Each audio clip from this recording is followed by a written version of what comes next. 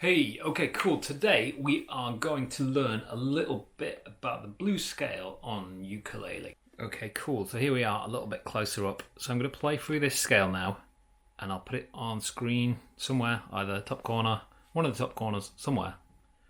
So I'm going to start on the open C string. That's the third string. Then we're going to play that at fret 3. Then we're going to move down to the E string, first fret. E string second fret, E string third fret,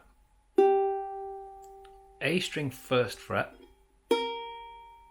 A string third fret. So a little bit quicker now.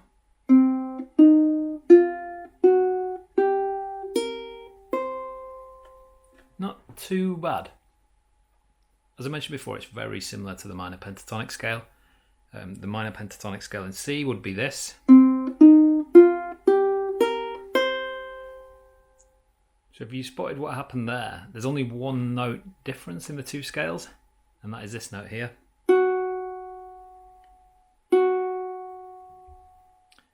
So I'm just going to go through it again.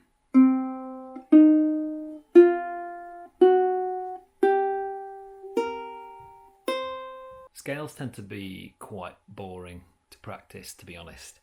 So I'm going to try and give you some tricks and tips that will make it a little bit more interesting. So to begin with, to familiarise yourself with the scale, it is worth playing up and down the scale a little bit at least, just nice and slow, nothing too quick.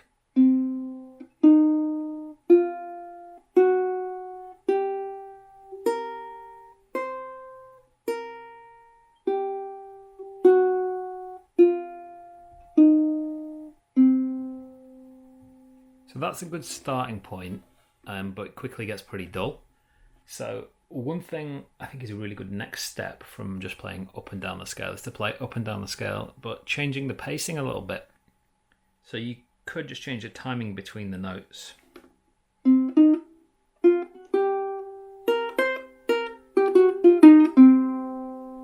So just by me mixing up the timing there, it started to sound a little bit different.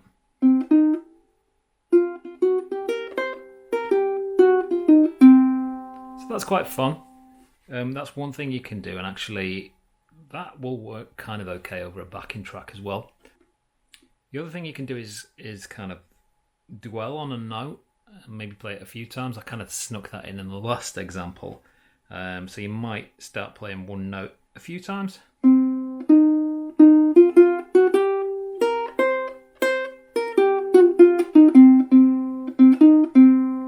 Something like that. So I'm slowly starting to build it a little bit rather than just playing through the scale, which can be quite cool. And then once you've kind of got that down a little bit, you can start to jump around a little bit more. So I suppose so far we've been playing quite linear, just going up and down, but changing the tempo a little bit. One thing you can do is just jump around a little bit more.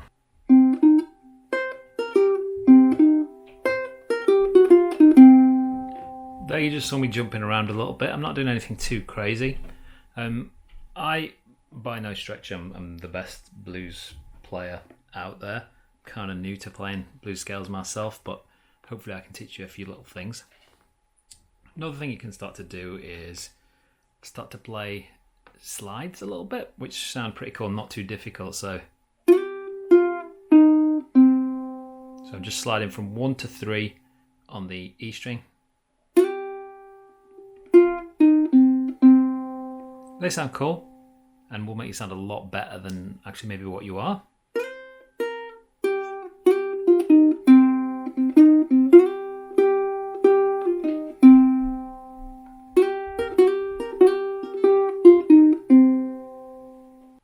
going to talk about this additional note here that makes this a blues scale rather than the minor pentatonic. It's quite a difficult note to stay on, to stop on when you're playing.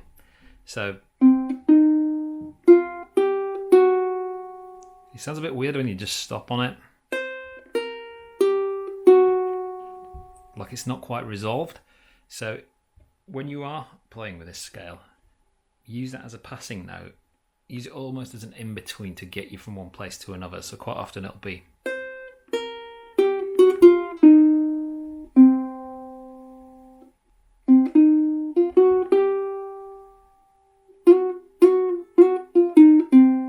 So I'm really not holding onto that note for very long at all, but it's quite a nice little addition to move me either up or down to the next note.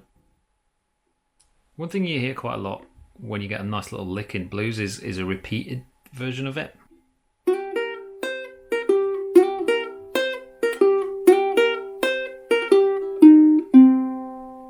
So I was just repeating a slide up from 1 to 3 on the E string. First fret of the A string. Third fret of the A string.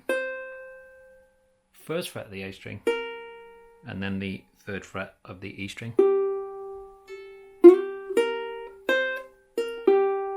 And again.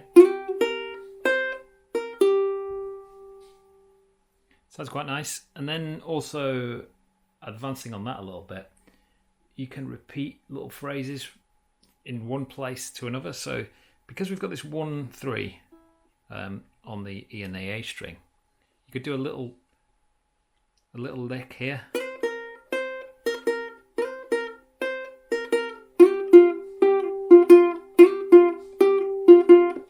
That works quite well. It's got a bluesy sound to it.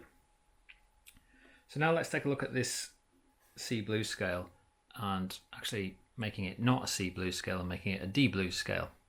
So if our pattern for C blues is 0, 3, 1, 2, 3, 1, 3. So we're starting on this open string of C. If we were to move this to its root note being a D here, on the 2nd fret, that would be .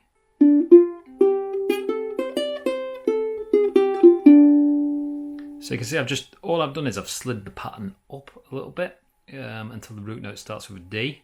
And again, we could just slide that up a couple more frets and that would be E.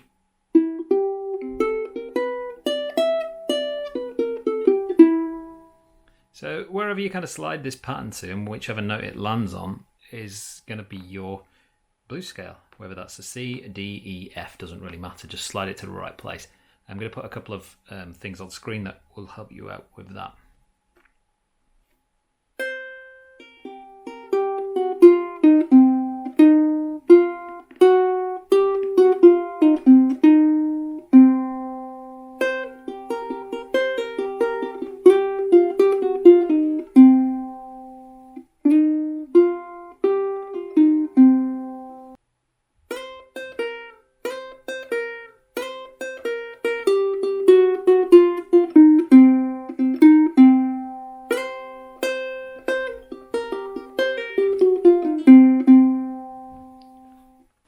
So that's the C blues scale, which is a lot of fun to play with. It's even more fun if you play it over a backing track. So if you search on YouTube and just dig out a C blues backing track, you'll find quite a nice backing track that you can knock the volume down and just solo over the top. It can be a lot of fun, that one, even if you put it in headphones or anything like that. I'd recommend doing that because it will learn you the scale really well. It will teach you the scale really well. It's better English. And to start with, don't go too complicated. Don't feel like you've got to do little riffs and stuff. Put the backing track on and just walk up the scale. Just try and do that in time.